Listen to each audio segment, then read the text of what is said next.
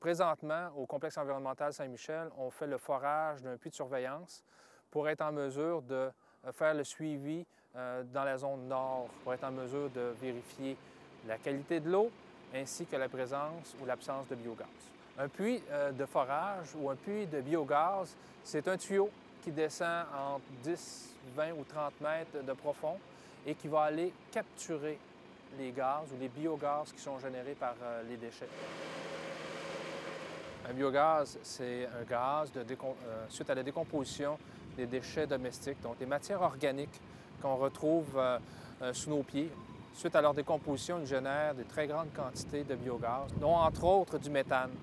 Ce méthane-là est capté, acheminé vers un de nos partenaires privés qui, lui, va transformer ce gaz inflammable en énergie électrique. On trouve des puits de surveillance environnementale de différentes profondeurs.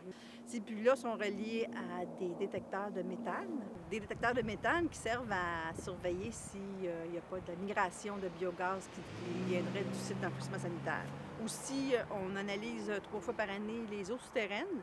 Là encore, c'est pour la même raison, c'est pour savoir s'il y a de la contamination due au site d'enfouissement sanitaire dans les eaux souterraines. On exerce un contrôle via le poste de contrôle 365 jours par année, 24 heures sur 24.